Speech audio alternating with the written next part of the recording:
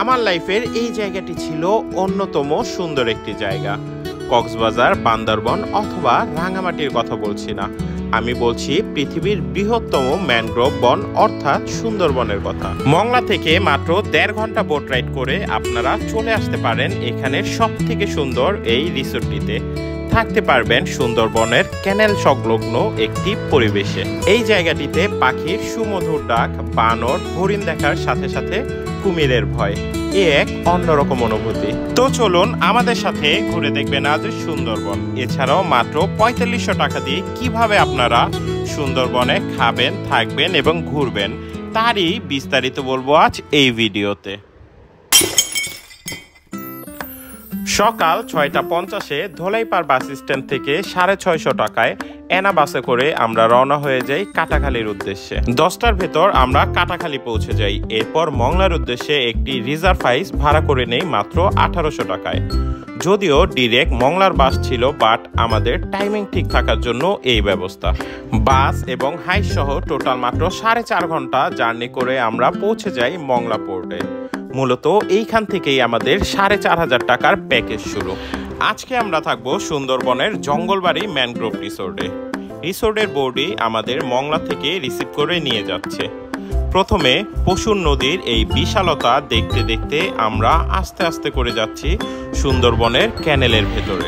একটু একটু করে আপনি যতই ভেতরের দিকে যেতে থাকবেন ততই আপনার কাছে মনে হবে যে প্রকৃতি আপনাকে কাছে টেনে নিচ্ছে। বড় বড় কুমির আছে, আপনারা যারাই ঘুরতে আসবেন। এই নদীতেই আছে?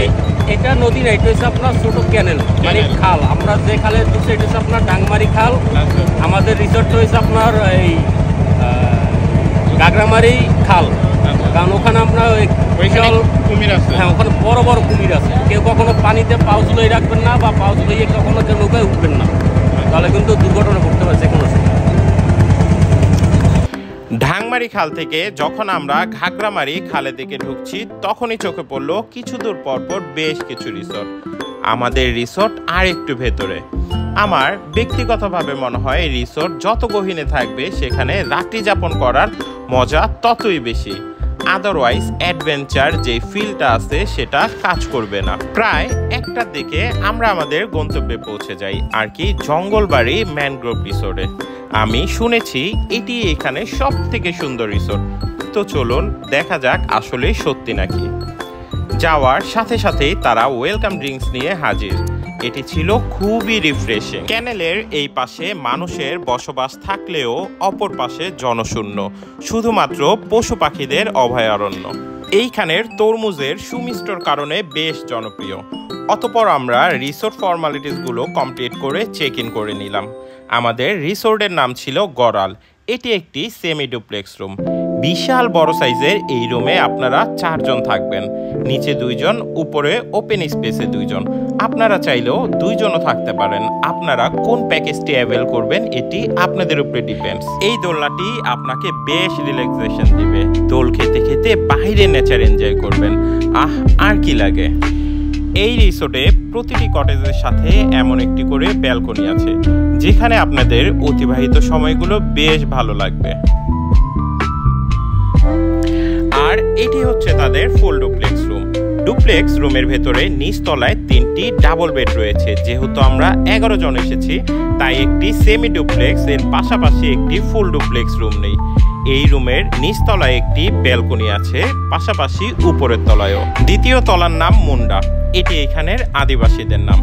এখানেও একটি ডাবল বেড রয়েছে। এই ফুল ডুপ্লেক্সের সব থেকে সুন্দর একটি দিক হচ্ছে এর ব্যালকনি।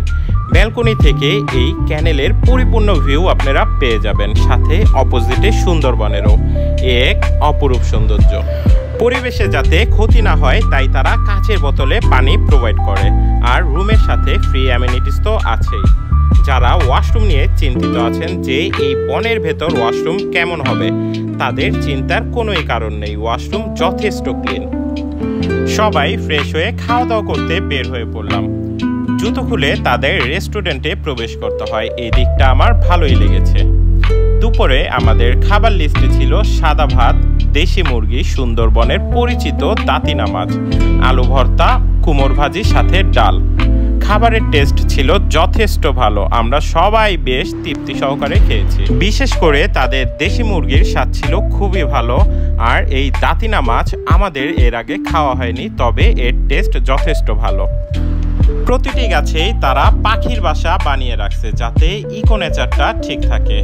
খাবার শেষে সবাই মিলে কিছুক্ষণ গল্প আর আড্ডা দিলাম যে এরপরে আমাদের অ্যাক্টিভিটিসগুলো কি হবে। রেস্টুরেন্টের ফ্রিজে বেশ কিছু সফট ড্রিঙ্কস আর চকলেট ছিল, চাইলে আপনারা ট্রাই করে দেখতে পারেন। ক্যারাম, দাবা, লুডো, উনো এগুলোরও সুব্যবস্থা আছে এখানে। রেস্টুরেন্ট থেকে রিসোর্টে যাওয়ার রাস্তা এটি, কাঠের তৈরি রাস্তা, দুই পাশে সুন্দরবনের গোলপাতা গাছ। সন্ধ্যার পর লাইটিং এর কারণে জায়গাটি দেখতে আরো আকর্ষণীয় লাগে। বিকেলবেলা কুমিরের ভয় উপেক্ষা করে আমরা যাচ্ছিলাম ক্যানেল ক্রুজিং করতে। এইখানে হাতে বানানো নৌকা দিয়ে আপনাকে এই জায়গাটি ঘুরিয়ে দেখাবে, যদিও কিছুটা ভয় কাজ করছিল। আমার বেশ কিছু ভীতু বন্ধু এই ক্যানেল ক্রুজিং রাইডটি নেয়নি, যদিও এই রাইডটিই ছিল এই সুন্দরবন ট্রিপের অ্যাডভেঞ্চার একটি ফিল। ভেতরের দিকটায় কেওড়া গাছ, সুন্দরী গাছ আর পশু পাখির কিচিরমিচির শব্দ, এক অন্যরকম অনুভূতি। পরিবেশটা আসলে বলে বোঝানোর মতো না। বেশ কিছু দূর যাওয়ার পরে বন বিভাগের ফরেস্ট গার্ড এসে ওয়ার্নিং দিয়ে গেল আর ভেতরে যেন না যাই। এরপরে রিসোর্টে চলে এসে দেখলাম কামাল কিছু একটা করছে। এই যে এরকম একটা পরিবেশে আমাদের কামাল ভাই আমাদের জন্য কি রান্না করতেছে? এটা থাই স্যুপ। এটা কি থাই স্যুপ? হ্যাঁ। এগুলো কি চিংড়ি নাকি? চিংড়ি, এই লেকের এই খালেরই এক বড় ভাই লোকালের সাথে কথা বলছি। এই খালের চিংড়ি, সুন্দরবন খালের চিংড়ি দিয়া এরকম একটা পরিবেশে আমরা স্যুপ খাবো, তাই তো? হ্যাঁ ভাই, জোস ভাই, খুবই ধন্যবাদ তোমার। স্যুপের কালারটা কি? ভাই জোস হইছে, জোস। এই স্যুপটির টেক্সচার ভাই আসলেই অন্য লেভেলের। কামালকে খুবই ধন্যবাদ। দেন উনো খেলা, এরপর আবারও নাস্তা, গান, গল্প, আড্ডা, এভাবেই চলে যায় বেশ কিছু সময়। ৪৫০০ টাকা এটি হচ্ছে এই রিসোর্টের একটি ফুল বোট প্যাকেজ। এই টাকায় রিসোর্ট কর্তৃপক্ষ Mongla to Mongla boat service, সাথে ৩ বেলার খাবার, বিভিন্ন অ্যাক্টিভিটি সহ থাকা সমস্ত কিছু তাদের আন্ডারে। রাতে খাবারের মেনুতে ছিল ভাত, ভর্তা, হাঁসের মাংস ও ডাল। আপনারা চাইলে এর পরিবর্তে বারবিকিউ ও পরোটা নিতে পারেন। হাঁসের মাংসটি ছিল এভারেস্ট। আগামীকাল আমরা করমজল যাব, যেখানে হরিণ, বানর, কুমির সহ থাকবে সুন্দরবনের গহীনের ফিল, সাথে তরমুজ খেতে তরমুজ, সুন্দরবনের গোলফল, এগুলো সবকিছুই থাকবে পরের ভিডিওতে। রাতে হালকা বৃষ্টির সাথে মৃদু বাতাস, এর পাশাপাশি খালি গলায় গান। এভাবেই শেষ হলো আমাদের সুন্দরবন ট্রিপের প্রথম দিন।